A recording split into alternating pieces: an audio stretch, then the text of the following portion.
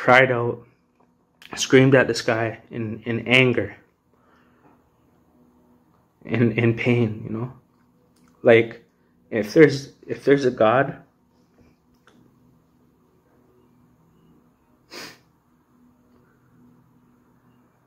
I need you. If there's a God, I need a God. And how could you let this happen? If there's a loving God out there in the world, you know, somewhere up there, if there's a loving God, how could you let this happen? I hate you. You know, I was like, you don't love me. If you are there, if there is a God. So I was still open-minded, you know, to a God. But I was like, you don't love me and you don't care.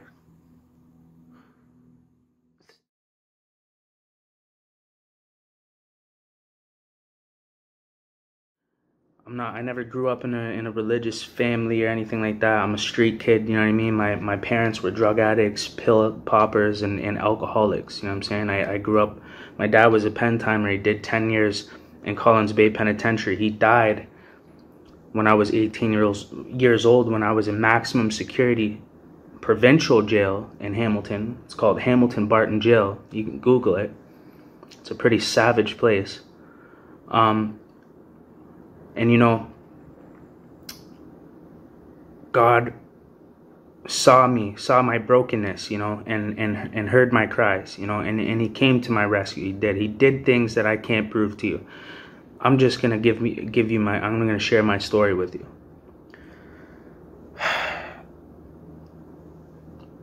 So when I was 14 years old, okay, so all my life I grew up in a sick environment.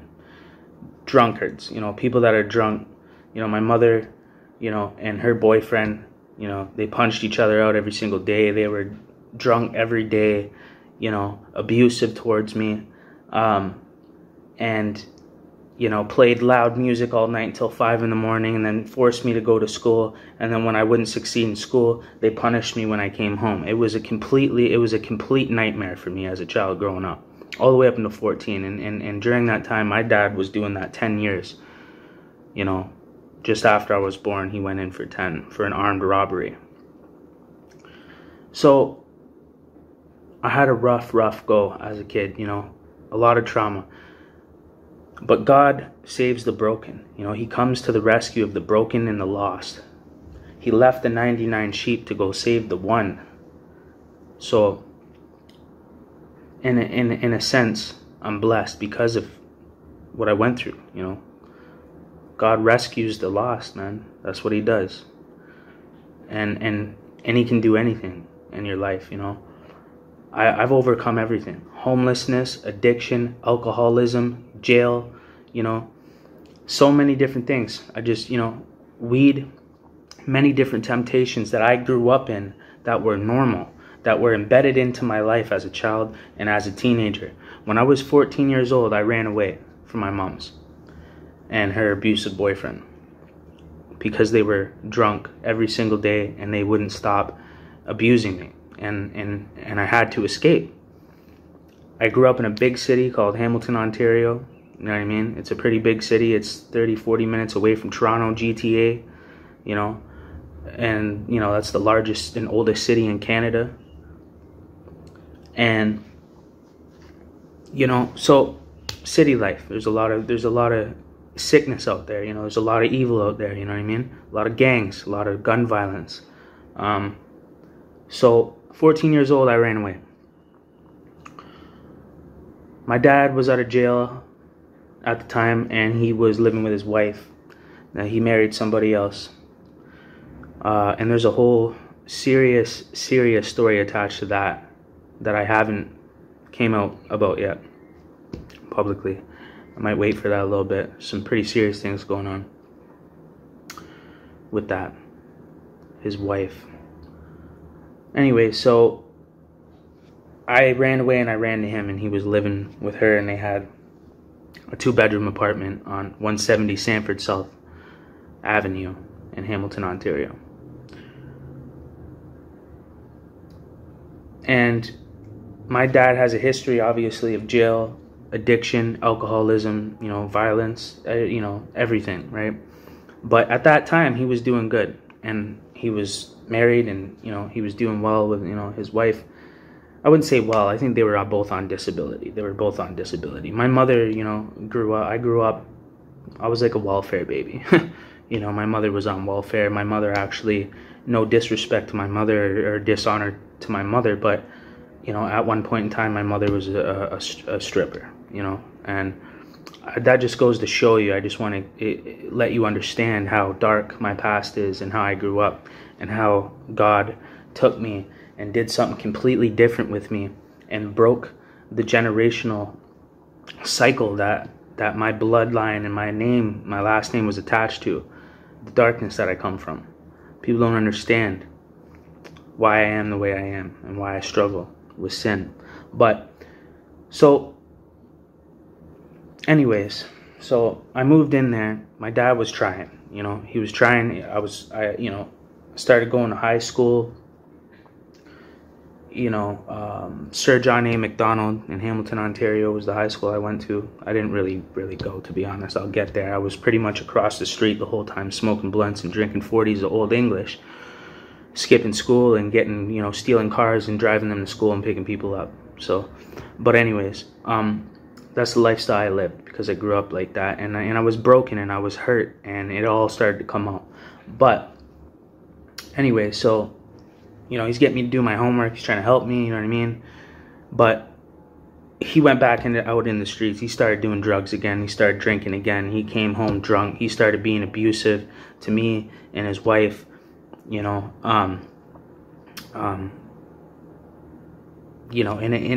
sense. Not as bad as, where I had it over there at my mom's with her boyfriend or whatever. But yeah, it was pretty bad. He would wake me up out of the middle of the night, and just lay into me for no reason, and say a bunch of really evil stuff to me for no reason. So anyways, bottom line is,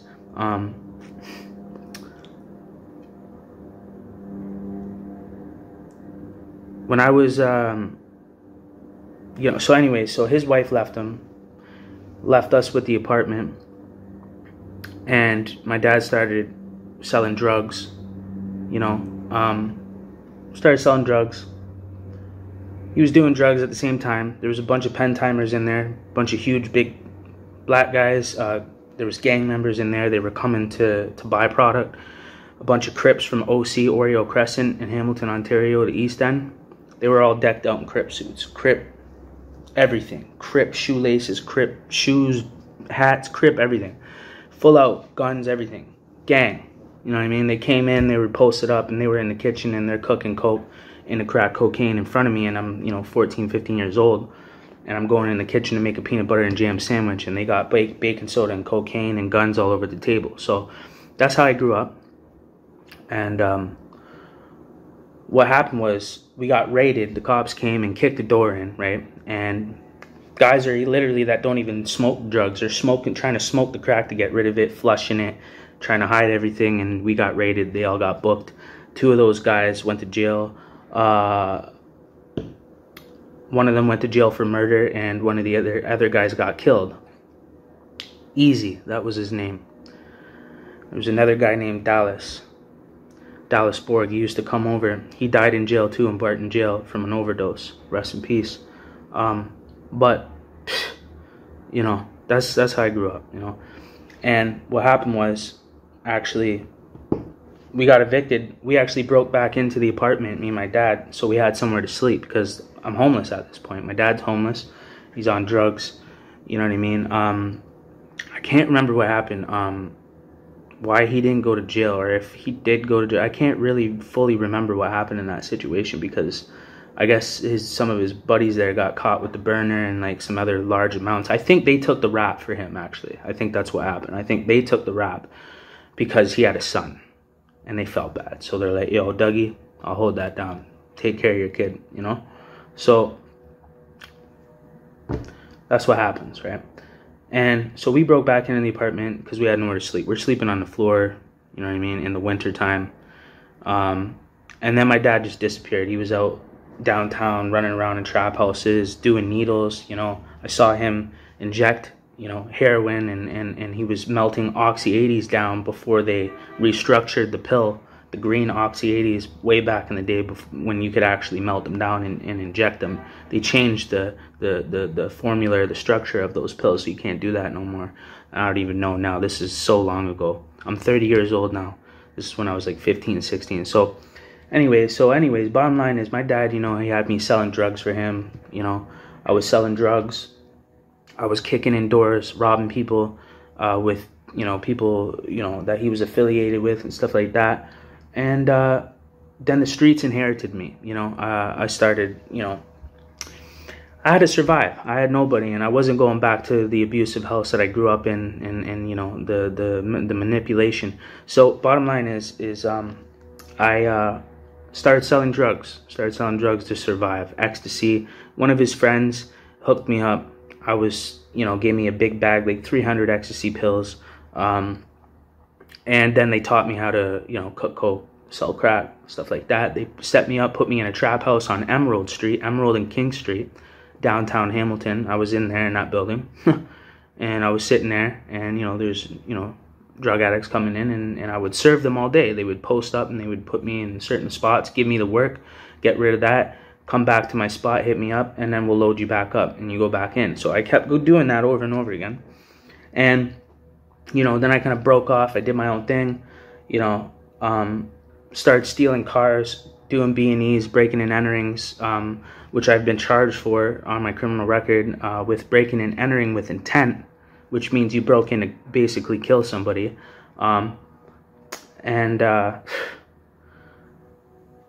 Yeah.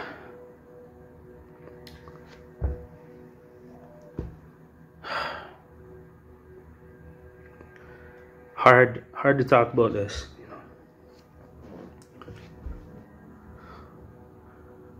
know. But I have to get the message across. A lot of trauma attached to this, you know. But anyways, so stealing cars, went to jail for stealing cars. Actually, I was on a run. I went to jail multiple times for stealing cars and doing B&Es and possession of drugs and weapons, stuff like that as a youth. Not even, this is before 18 already, you know.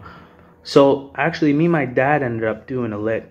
We hit a score that it was his, and he brought me along. And at the time, he was at some trap house with some, there was a woman, and she was a prostitute. She was selling herself for money, and she was doing drugs, and I was there, and they were smoking crack in front of me and doing needles, and I was exposed to that. So, anyways, so we hit a lit. We did a crime together and robbed a business together, and we cleared the whole place out, going back and forth all night until 5 in the morning. We had these recycling bins full of stolen stuff that we filled up, and we're walking down Main Street in Hamilton, Ontario, like at like 4 in the morning. Cops pulled us over, you know, and just questioned us. And my dad's like, "This is my son, and we're moving right now, actually, and I got evicted, and we're trying to transport everything." Is all night we've been doing this. So anyways, we got out of that. We got away from them, but they actually came in the morning and raided the spot, and he took the rap. And the cop said, "What is this, some type of father-son program you guys got going on here?" And my dad's like, "My son has nothing to do with it," and he had no idea what was going on. And, you know, he was just wanting to visit me, and unfortunately I pulled him into this. So he got 3 years for that. I think it was like 15, 16, 17, 18. Yeah. I think I was 15. I was 15. He got 3 years for that, and in that 3 years, that's when I'm doing all the stealing the cars, B&Es, selling drugs, everything like that as well. That was the lifestyle I lived. I was lost. You know, I was sleeping in stairwells and you know, 10, 15-story apartment buildings and stuff like that. I had nowhere to go and nowhere to sleep, and I had to steal, and I had to kick doors in. I had to sell drugs in order to eat and put clothes on my back. Nobody was going to take care of me. The homeless shelters for the youths and the group homes were even worse and distorted than it was. I was better and safer by myself in the street, sleeping on somebody's back of their balcony. than to go to a shelter for a youth or a group home, because, you know, those kids will punch you out, stomp you out, and just rip your shoes off your feet. So that's how it was. And so, you know, fast forward, you know, I'm just about to turn 18, and I think I did turn 18, and then he gets out of jail from the pen, comes home, we reconnect. I was kind of mad, obviously, and I was like, you left me, and this is who I am now, and it's your fault. You know, and he tried to fix it, and he was like, I didn't want this to happen, I was on drugs, whatever, you know. And so we bonded again, and we're drinking, you know, strawberry wine and smoking joints together, and we're chilling. And then I get a warrant for my arrest, you know. I won't even go into the details about what everything is, you know what I mean. It was an assault, you know what I mean. But I won't speak on, you know, obviously any individuals or name any names or anything like that. But bottom line is, it was an assault. So I was, you know, and I already have a hefty, you know, criminal record as a youth. So they're not having no mercy on me. So I'm not having it. So I'm on the run. I robbed some guy's house. I kicked his door in. He was a liquor dealer. He sold 60 pounders of liquor. I kicked his door in, robbed him, took all the 60 pounders, came back, gave my dad 3 of them, you know. And that was like the last thing that happened with me and him. And then I went to jail, and I went to Max Security Provincial, not, you know, provincial jail, not the penitentiary, not prison. Provincial. You'll sit there for a max of 2 years till you know, get sentenced, or if you get deuce plus, if you get 2 years plus, then you go to the pen. If you get anything under 2 years, you go to provincial. So you get everybody in there. You got murderers, you know, killers, rapists, everything. Like, you know, obviously those weirdo guys are on a different range, you know what I mean? But bottom line, there's every type of animal and demon inside of this place. And Hamilton Barton Jail is infamous for people dying in there, and it's nasty living conditions. There was 3 people per cell. It was hell. It was hell. And, you know, actually, I forgot something. When I was a youth, when I stole a car one time, so I don't want to get too carried away with my background and my story, but the purpose is to tell you how God intervened in all this. So actually, when I was a youth, I think I was like 17, I think it was like the last time I went to jail as a youth, and I went to GR Force. Look it up. I don't even know if they still exist, but it was an open custody youth jail. So it, you know, I went there, and just before I got booked, I remember, you know, being worn out, on the run, warrants, 17, running, hiding everywhere, cops chasing me, everything, and I'm getting away. And I'm tired, and I haven't eaten. I got nowhere else to run, nowhere else to hide, nobody will take me in. Got nowhere to go, nowhere to sleep. And I remember just screaming at the top of my lungs to the sky and saying, crying, you know, how could this happen?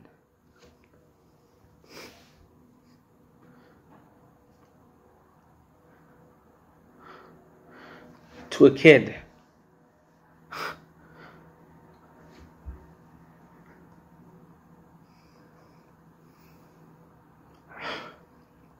I was failed.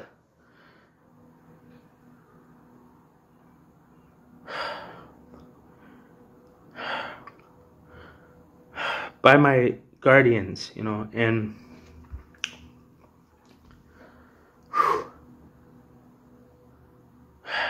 I was failed. Cried out, screamed at the sky in anger. In pain, you know, like if there's a God,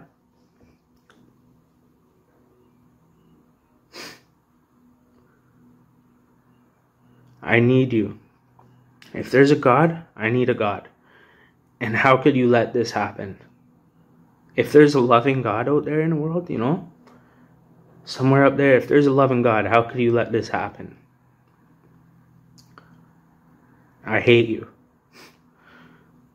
You know, I was like, you don't love me. If you are there, if there is a God. So I was still open-minded, you know, to a God. But I was like, you don't love me and you don't care. 3 days later, and I'm in an alleyway screaming at the sky. Like, people came out and they're looking at me like, wow. Cursed God out. I did. I swore at it. I said everything. 3 days later, there's significance about 3 days. Jesus died and was resurrected and raised from the dead in 3 days.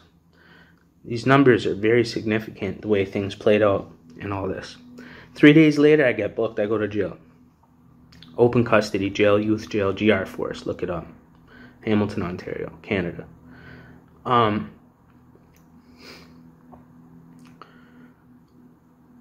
There's a Bible in my cell. When I go to my room, there's a Bible on my bed. So I was like, whatever, right? Like, in jail, they use the paper in the Bibles to, like, roll up tobacco and things. And, you know what I mean? That they get, that they bring in. Somebody brings in, they hoop it up their ass, and they bring it into jail. Yeah. That's really how it is, for real. Not, they got it in a condom inside of one of the Kinder eggs back in the day. That's how they get stuff into jail. Anyways, that's a different story. But anyways, so there's a Bible there, and I'm like, and I'm thinking, like, I'm mad. I'm a mastermind criminal at this point. You know what I mean? I got it figured out. So I'm like, I'm gonna decipher this book. I'm gonna break it down. I'm gonna decode it. I'm gonna prove that it's not right. That was my mentality at first. And so I started reading it. Every page of it, man. I'm reading it, and at some point when I'm reading this, it took me in further and further. At the beginning, it was boring, super boring. It was like naming all the Abraham, the brother of something, sister, the cousin, brother. I'm like, this is whack. I'm like, there's nothing in here at all. So I'm just going through it, and yeah, and then something hit me like a ton of bricks. I read something when I got to the part about Jesus.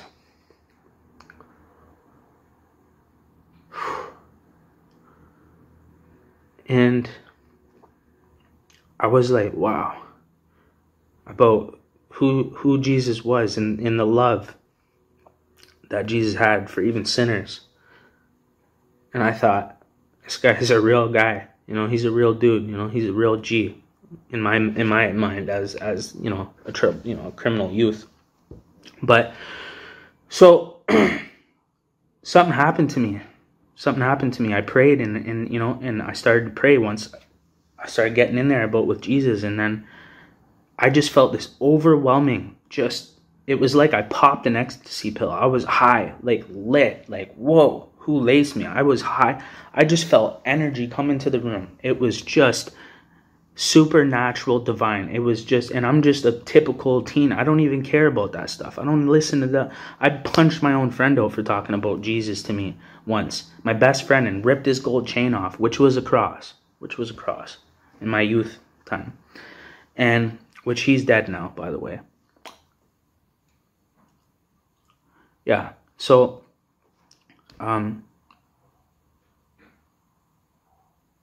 there's a lot to this story. My dad died. My cousin overdosed. My best friend died. My other best friend went to jail for like 10 years. My first love died.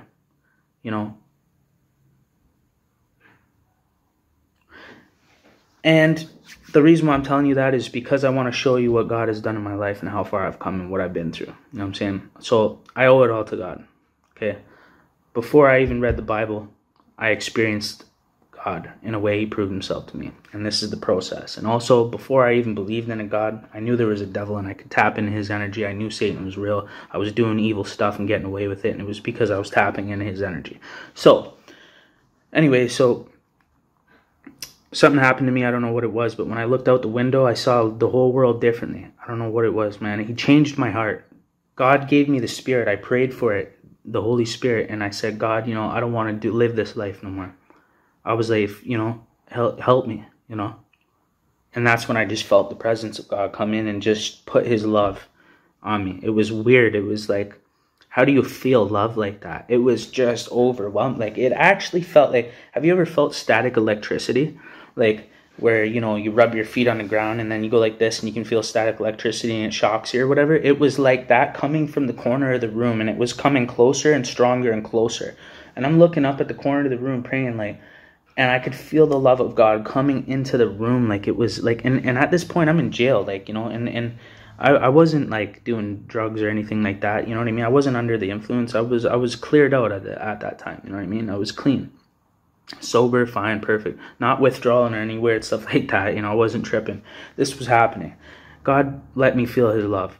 He placed his love on me. He heard me when I cried out to him, and it hurt him, you know, and he showed his love to me. And ever since, I haven't stopped. God has been in my life.